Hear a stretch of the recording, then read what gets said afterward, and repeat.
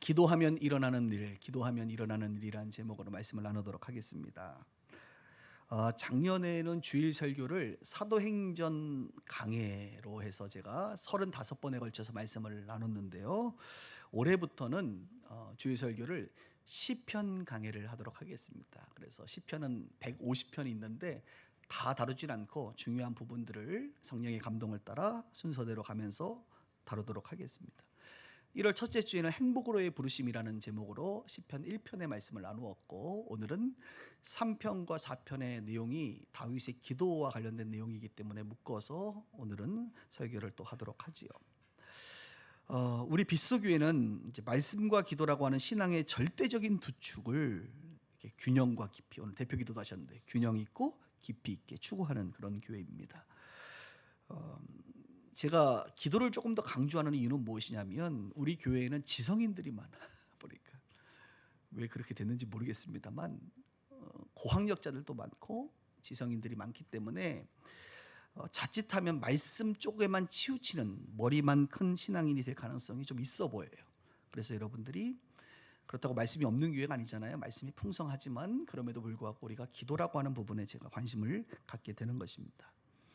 그래서 여러분들이 말씀만 아는 그리스도인이 아니라 기도도 하는 그리스도인 되기를 주의 이름으로 축복합니다. 기도하면 많은 일들이 일어나는데 그 많은 일들, 기도의 응답들이 사실 이것을 경험이라고도 말을 하고 체험이라고도 말을 합니다. 이런 기도의 응답들로 말미암아 사실 우리는 말씀의 더 깊은 단계로 들어갈 수가 있어요. 한마디로 영적인 깊은 단계로 들어가려면 반드시 기도의 깊은 단계로 들어가야 되기 때문에 그렇습니다. 여러분들이 말씀을 배우고 듣는 그 말씀들이 사실 다 여러분의 소화된 말씀들이 아니에요. 기도를 통하여 여러분들의 삶의 현장에서, 삶의 여정 속에 경험되고 축적되고 확신되어진 것만 사실 살아있는 여러분의 말씀이 되기 때문에 그렇습니다. 저는 신비주의적인 경험을 말하는 것이 아니라 하나님의 말씀이 여러분들의 삶이 되는, 정말 말씀이 삶이 되는 그런 삶을 여러분이 경험했으면 좋겠다, 이렇게 말을 하고 싶은 겁니다. 여러분, 기도하면 정말 많은 일들이 일어납니다. 제가 지난주에 어느 교회 부흥회 갔다 왔는데 많은 일들이 일어났는데 은사도 임하고 치유도 되고 회복도 되는데, 어느 분이 심장병이 좀 난 것 같아요. 이분이, 어느 여성, 중년의 여성분이 심장이 너무 아프다고 그래서 기도를 많이 이렇게 해드렸는데, 그 다음날 집에 가서 뭔가 확인이 됐는지 그 다음날 저에게 선물을 갖다 주셨어요. 할렐루야. 이렇게 좋은 소식을 가지고. 그래서 내가 이런 걸 한번 잘 받았습니다. 여러분, 기도하면 이런 일들도 일어나요. 종종 상황이 바뀝니다. 환경이 바뀝니다. 뭔가 문제가 해결돼요. 그러나 일반적으로는 기도하면 이런 상황과 환경이 바뀌기보다는 우리의 마음이 바뀝니다. 우리의 마음. 하나님께서 저와 여러분들의 마음을 바꿔주세요. 그런 식으로 응답하세요. 빌립보서 3장 6절 이하에 보면, 아무것도 염려하지 말고 모든 일에 기도와 간구로 너희 구할 것을 감사함으로 아뢰라. 그러면 모든 지각에 뛰어난 하나님의 평강이 그리스도 예수 안에서 너희의 마음과 생각을 지킨다. 그러니까 우리의 마음과 생각이 평강하지 않았는데 하나님의 평강으로 바뀐다는 거예요. 상황은 그대로인데 변화된 게 하나도 없는데 내 마음이 바뀌어요. 어떻게? 하나님의 평강의 마음으로 바뀐다 이거예요. 이것이 기도하면 벌어지는 일입니다. 그래서 이 빌립보서에서 말하고 있는 하나님의 평강, 도대체 하나님의 평강이 내 안에 임한다는 게 뭘까? 내 마음이 하나님의 평강으로 바뀐다는 게 무엇일까를 오늘 시편을 통해서 조금 더 구체적으로 한 3가지 정도를 좀 설명해 드리고 싶어요. 첫 번째, 하나님의 평강으로 우리의 마음이 바뀐다는 것은 뭐냐면 두려움이 사라진다는 거예요. 두려움이. 한번 따라해 볼까요? 두려움이 사라진다. 3장 4절 6절을 볼게요. 내가 나의 목소리로 여호와께 부르짖으니 그의 성산에서 응답하시는도다. 지금 다윗이 기도했더니, 부르짖었더니 응답하시는도다. 그런데 그 응답의 결과가 뭐예요? 천만인이 나를 애워싸 진친다 하여도, 상황은 안 바뀌었어. 여전히 천만인이 나를 애워싸 진친다 하여도 나는 두려워하지 아니하리라. 내 마음이 바뀌었어요. 지금 이 상황은 다윗이 말년에 그의 아들 압살롬이라고 하는 아들에 의해서 지금 쫓김을 받는, 압살롬의 군대가 다윗을 쫓아다니는 그런 상황이라고 말할 수 있습니다. 다윗은 죽음의 위협, 다윗을 죽이려고 하는 사람들이 늘 있었어요. 젊었을 때는 사울 왕이 군대를 이끌고 다윗을 쫓아다녔고 말년에는 그의 아들이 왕권을 위해서 다윗을 쫓아다녔는데, 여러분 군대가 나를 죽이려고 작정한 사람이 쫓아다닌다는 것은 굉장히 두려운 일입니다. 단 한 명만이라도 여러분들을 죽이려고 작정하고 쫓아다닌다면 여러분 굉장히 두려운 일이에요. 요즘에 더 글로리라고 하는 송혜교가 나오는 드라마가 넷플릭스에서 1위를 달리고 있는데, 또 우리 목사님들은 이런 걸 또 봐줘야 돼. 세상과 소통을 해야 되기 때문에. 일부 때는 얘기 안 했지만 송혜교가 복수를 하려고 죽이려고 작정하고 달려들면 이것도 굉장히 두려운 일이에요, 여러분. 그렇잖아요. 그런데 다윗은 한 명이 아니라, 힘없는 한 여성이 아니라 군대가, 왕이 죽이려고 쫓아다니는 작정을 해버렸어요. 이런 다윗의 마음의 심정은 매우 두려운 상황이라고 말할 수 있습니다. 마음의 평강이 있을 수가 없어요, 여러분. 요즘에 누아르 영화들 많잖아요. 뭐 범죄 조직으로부터 쫓겨다니는 주인공들의 모습. 이런 영화 보면 힘들어. 왜요? 내가 주인공의 모습을 보면서 언제 이 죽이려고 하는 사람이 튀어나올지 몰라서 보는 내내 힘들어요. 보는 나도 힘든데 당사자는 얼마나 힘들겠냔 말이에요. 여러분, 정신이 이상한 사람이 한 명만 여러분들 스토킹한다고 생각해 보세요. 여러분을 계속 어디선가 지켜본다 그러고 여러분 쫓아다니고 여러분에게 문자하고 여러분 주변에서 어슬렁어슬렁 거린다고 생각해 보세요. 미치는 거예요. 사람 미치는 거예요. 누군가 나를 죽이려고 쫓아다닌다? 이거는 감당하기 어려운 문제입니다. 그런데 다윗은 그 사람들이 은유적으로 10,000명이 된다. 1000명, 10,000명이 나를 따라다닌다. 이 얼마나 두려운 상황이에요. 두려움으로 평생을 살아가야 될 다윗이라고 말할 수 있죠. 그런데 다윗은 오늘 뭐라고 얘기해요? 두려움이 사라진다는 겁니다. 두려움이 사라진다. 마음의 평강을 경험합니다. 어떻게 해요? 나의 목소리로 여호와께 부르짖으리. 나의 목소리로. 그래서 여러분, 누군가 나를 위하여 기도해 주는 것도 중요하지만, 목사님이 기도해 주고 집사님이 기도해 주고 중보기도팀이 기도해 주고 심지어는 내 안에 있는 성령님이 말할 수 없는 탄식으로 나를 위하여 기도해 주는 것도 중요하지만, 기도는 여러분들이 하시는 거예요. 당사자인 여러분들이 여호와께 여러분의 목소리로 부르짖어야 되는 거예요. 하나님, 나 너무 무서워요. 저 1000만이 나를 쫓아다닙니다. 나에게는 아무런 힘이 없어요. 지금 나를 좀 도와주세요. 내 마음을 좀 편안하게 해주세요. 여러분의 목소리로 기도해야 돼요. 그래서 올 한 해 여러분, 자녀들 위해서 기도하는 것도 중요하지만 자녀들이 문제 생기면 자녀들을 보고 기도하라 그러세요. 그래야 하나님을 경험하지.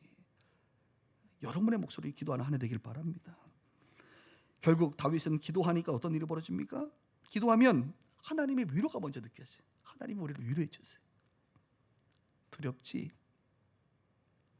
주님이 그 마음을 헤아려 주세요. 그리고 더 기도해 보세요. 그럼 어떻게 되는 줄 아세요? 더 기도하면 주님의 보호하심이 확신으로 옵니다. 기도하면 하나님이 전능하신 분이고, 그래서 다윗이 시편에 보면 나의 반석이시오 피할 바위가 되시오, 나를 틈에 바위 위에 숨긴다, 이런 표현들이 굉장히 많이 나와요. 왜요? 기도하다 보니까 하나님이 나를 보호해 주신다라고 하는 확신이 들기 때문에. 확신.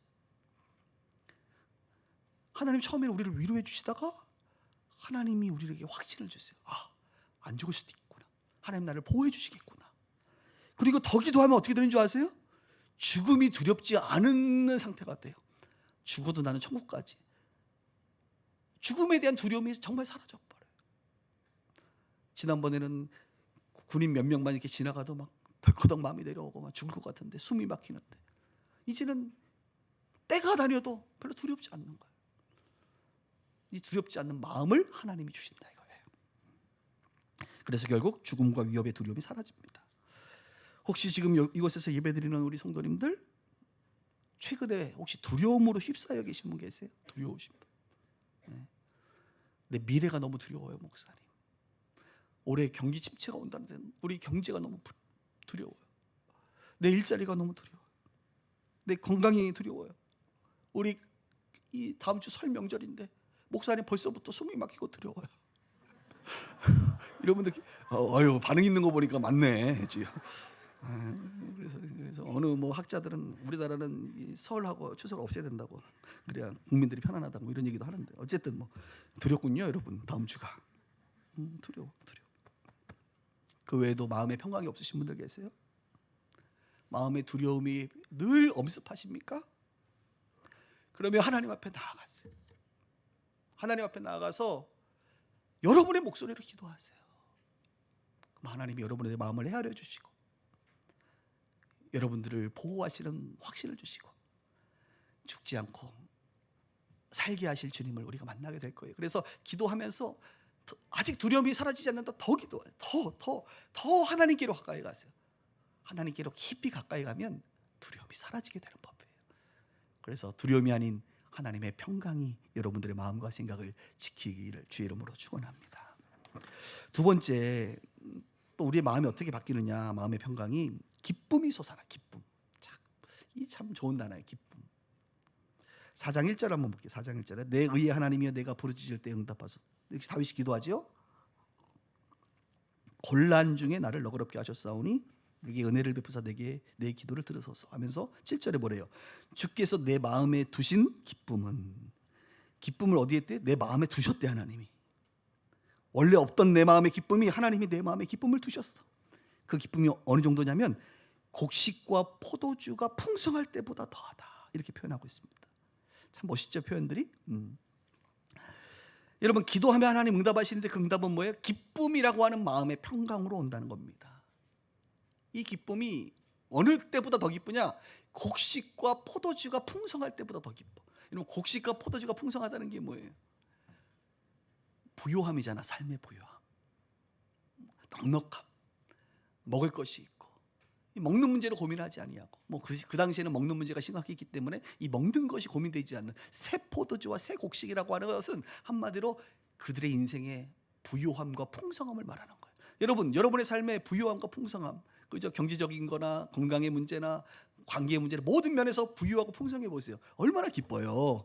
그런데 그 기쁨보다 하나님이 주신 기쁨이 더 크다는 거예요. 도대체 얼마나 기쁨을 그렇게 표현했을까? 곤란 중에, 이 곤란이라는 상황은 히브리어로 차르라고 하는 건데 고통이라는, 고통과 대적이 있다는 거예요. 그러니까 고통 중에 내가 있는데 하나님이 기쁨을 나에게 줘서 내가 세상 어떤 것보다 그 기쁨이 충만하다. 고통 중에 기쁨이 있다. 기독교의 신비가 여기 있는 거예요. 기독교의 신비는 뭐냐? 기쁨이 기쁨. 하늘이 주는 기쁨, 성령이 주는 기쁨. 그래서 기쁨이 내 안에서 터져 나오는 거예요. 샘솟는 거예요. 그래서 예수 잘 믿으면 여러분, 뭐 환경이 좀 어렵고 힘들고 불안하고 뭐 이래도 기쁨이 터져 나와. 그래서 교회 다니면 얼굴 표정이 정말 기쁨이, 저 보세요 여러분, 기뻐 보이잖아. 뭐 내 삶이 뭐 얼마나 부유하겠어요. 별로 안 그래요. 그런데 기뻐요. 이 기쁨이 세상의 환경을 지난번에 표현대로 압도해 버린다니까. 기쁜 거예요. 그럴 수밖에 없죠. 성령 충만하면 기쁨이 있어요. 성령 충만하면 성령의 열매가 나타나는데 성령의 열매가 뭐예요? 사랑과 희락. 기쁨이에요, 기쁨. 성령이 우리를 기쁘게 한단 말이에요. 환경 때문에 기쁜 게 아니라 그냥 하나님 때문에 기쁜 거예요. 그 은혜가 있기를 바라는 거예요. 또 성경에 그런 표현들이 많이 나와요. 없는데 기쁘대. 환경이 열악한데 기쁜 게 많아요. 하박국 3장 17절 이하에 비록 무화과나무가 무성하지 못하고, 슬프잖아요. 포도나무에 열매가 없어. 감람나무에 소출이 없고, 밭에 먹을 것이 없고, 우리의 양이 없고, 외양간에 소가 없어. 얼마나 고통스러운 상황입니까? 그런데 없을지라도 뭐래요? 나는 여호와로 말미암아 즐거워하며 나의 구원의 하나님으로 말미암아 기뻐하리로다. 이것이 하박국 선지자의 고백이에요.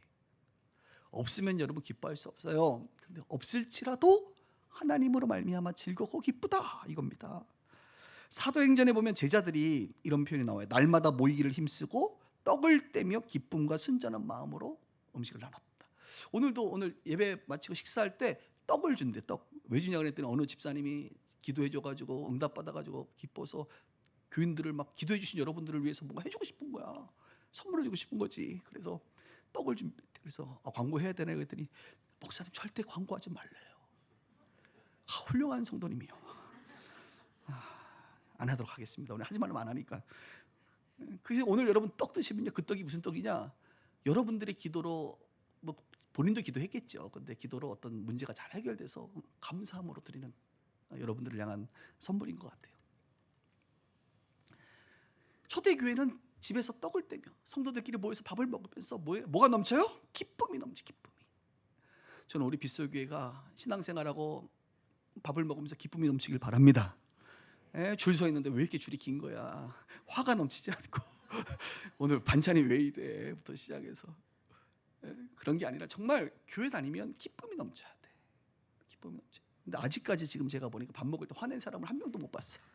너무 감사해요. 기쁨이 넘쳐요. 기쁨이 넘쳐. 골로새 교인들을 향하여 골로새서에 보면 기쁨으로 모든 견딤과 오래 참음에 이르게 하시고. 여러분 오래 참는 거 견디는 거는 힘든 일이잖아요. 상황이. 근데 기쁨으로 오래 참고 견딜 수 있다는 거예요. 그리스도인들은. 이게 비밀이에요, 여러분. 예수님은 어떤 분이십니까? 믿음의 주요 온전케 하시는 예수를 바라보라. 그분은 기쁨을 위하여 십자가를 참으사. 기쁨을 위하여. 우리의 기쁨을 위하여 예수님이 십자가에서 죽으신 줄 여러분 아시길 바라요. 우리 예수님은 겟세마네에서 이 십자가 죽는 게 힘들잖아요. 이 잔을 내게서 옮겨달라고 기도할 정도로. 그러나 하나님의 뜻이면 내가 그 길을 가겠다. 왜요?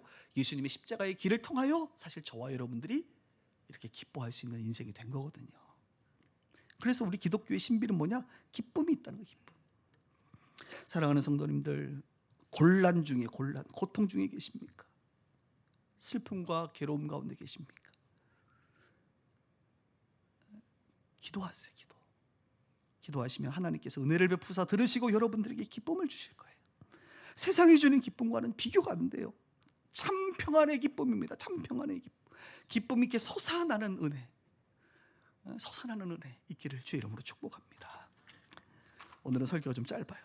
세 번째, 빌립보서가 말하는 하나님의 평강의 내용 중에 또 하나는 뭐냐면 안전함을 누리는 거예요. 안전함을 누릴 때 우리가 마음에 평강이 임하거든요. 4장 8절 볼까요? 내가 평안히 눕고 자기도 하리니 나를 안전히 살게 하시는 이는 오직 여호와시라. 다윗이 지금 쫓김을 당하는데 평안히 누울 수 있을까요? 잠이 올까요? 안전하지가 않잖아요.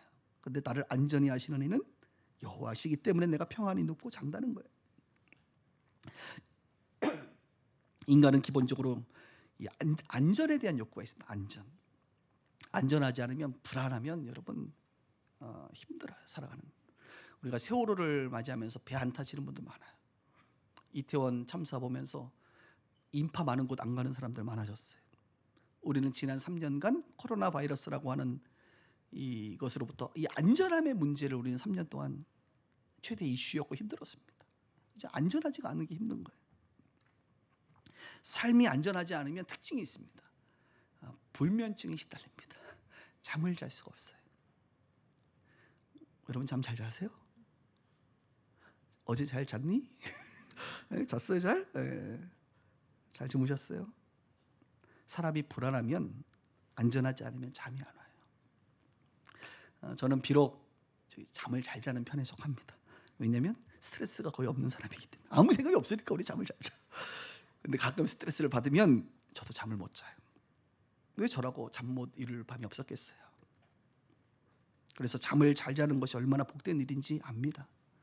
현대인들은 불면증으로 시달리는 사람이 너무 많아요. 얼마나 많은지 몰라요.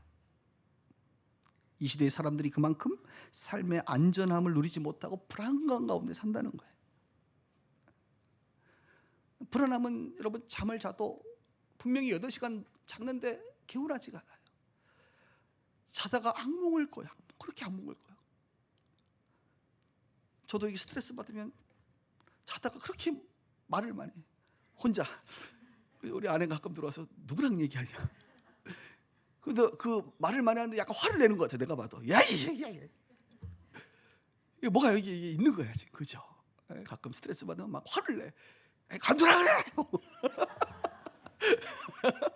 내가 느낀다니까. 내가 막 소리 지르고 있구나 지금.